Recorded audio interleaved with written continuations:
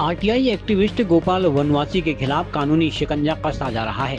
वसूली के एक आरोप में उनके खिलाफ बैजनाथ थाने में प्राथमिकी दर्ज की गई है। बैजनाथ पुलिस इस पूरे मामले की जांच कर रही है। गरुड़ निवासी मंगल सिंह ने आरटीआई एक्टिविस्ट गोपाल वनवासी पर वसूली करने का आरोप लगाते हुए कहा कि उन्होंने किसी मामले में फंसाने का डर दिखाते हुए रकम की मांग की है। इस आशय की एक तहरीर भी उन्होंने बैजनाथ थाने में दर्ज की है। इधर आरटीआई एक्टिविस्ट गोपाल वनवासी ने आरोपों को बेबुनियाद व निराधार बताते हुए कहा कि कई मामलों का खुलासा करने से तिलमिलाए लोगों ने उनके खिलाफ साजिश रची है, जिसका जल्द ही जांच में खुलासा हो जाएगा। गोपाल वनवासी नाम का जो व्यक्ति है अक्सर मेरी दुकान पर आता था और मुझे परेशान करता था और मुझे कहता था कि मैंने बड़े बड़े लोगों के खिलाफ पीआईएल दर्ज कराई है, एफआईआर दर्ज कराई है और मुकदमे दर्ज किए हैं। तो इस नाम से मुझे डराता धमकाता था और मुझसे कहता था कि मैं आपके खिलाफ़ भी जांच करा सकता हूं और इनकम टैक्स में रेड डलवा सकता हूं वगैरह वगैरह बातें करके हमें डराता था। क्योंकि मैं व्यापारी हूं ना, इसकी वजह से हमारे पास टाइम नहीं होता है और फिर हम इन लोगों से उलझना नहीं चाहते हैं और अपनी छवि का हमें ध्यान रहता है, तो इसलिए हम इन लोगों के साथ उलझना नहीं चाहते।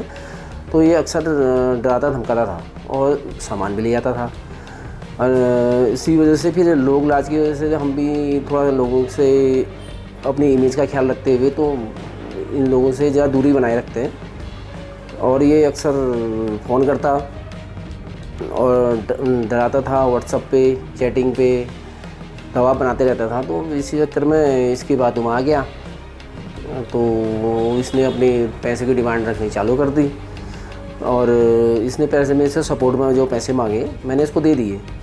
फिर मैंने इसको वापस मांगना चाहा तो फिर ये कहने लग गया कौन से पैसे, कहाँ के पैसे, और ये पैसे मैंने यहाँ दे दिए वहाँ दे दिए, ऐसी ऐसी बातें मुझे कहने लगा। तो मैंने कहा पिछला हिसाब तो दे दो फिर कुछ नया हो जाएगा। तो ये मुझे फिर डराने धमकाने लग गया, मैं ये कर दूंगा, एफआईआर कर दूंगा और आपके खिलाफ़ पीआईएल कर दूंगा, कोर्ट में घसीटूंगा। इसकी भाषा यही थी हमेशा। तो इसकी वजह से मैं इससे बहुत काफ़ी डर गया। तो मैंने और फिर अभी मेरे को आज की मतलब पिछले महीने में ही मेरे को ये 5 लाख की रंगदारी मांगने लग गया मुझसे। 5 लाख रुपए दो, नहीं तो मैं आपके ख़िलाफ़ कोर्ट में जाऊँगा, ये करूँगा वो करूँगा। कितने प्रकार की भाषाएं करते हैं, हमें तो आता नहीं है, लेकिन हम क्या करें, इसके आतंक से बहुत डर गया। क्योंकि ये एक हत्या का जो इस पर आरोप है और एक अपने इसकी जो छवि है बहुत ख़राब टाइप की है, तो इसलिए हम इनसे उलझना नहीं चाहते हैं। हाँ सबूत है, सबूत के हिसाब से ही मैं इसके खिलाफ़ एफआईआर कराई है। वो मैंने सारे साक्ष्य वहाँ एफआईआर कराते समय लगा दिए हैं। अब उसी समय आने पे मैं उसको सार्वजनिक भी कर दूंगा।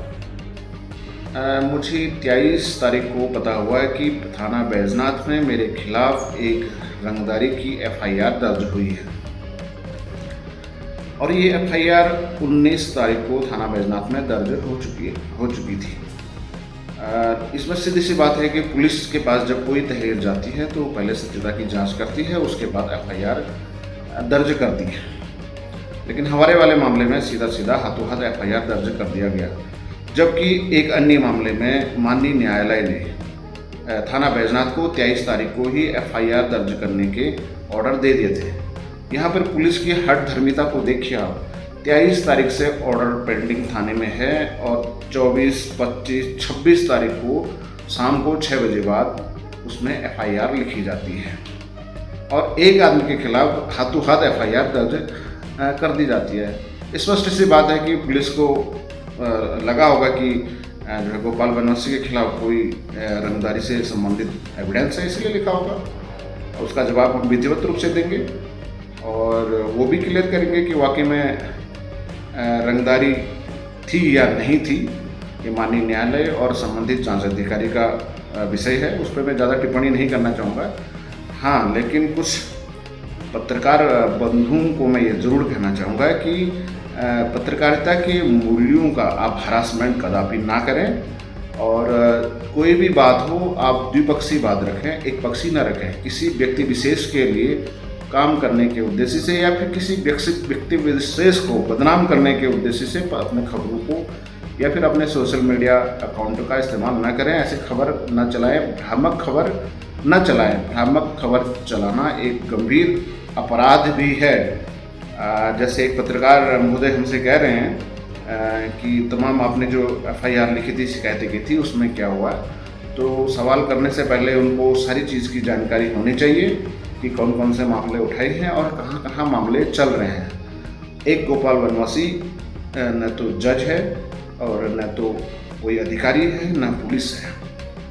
एक सामाजिक कार्यकर्ता होने के नाते हमने मामलों को पटल पर लाया है। पटल पर लाने के बाद, सार्वजनिक प्लेटफॉर्म में लाने के बाद उनको जहाँ जहाँ उनका जो है हो सकता है, उनके खिलाफ कार्रवाई हो सकती है, वहाँ वहाँ हमने शिकायत पत्र आवेदन दिए हैं और सारे जांच FIR जो भी PIL हैं वो पेंडिंग है।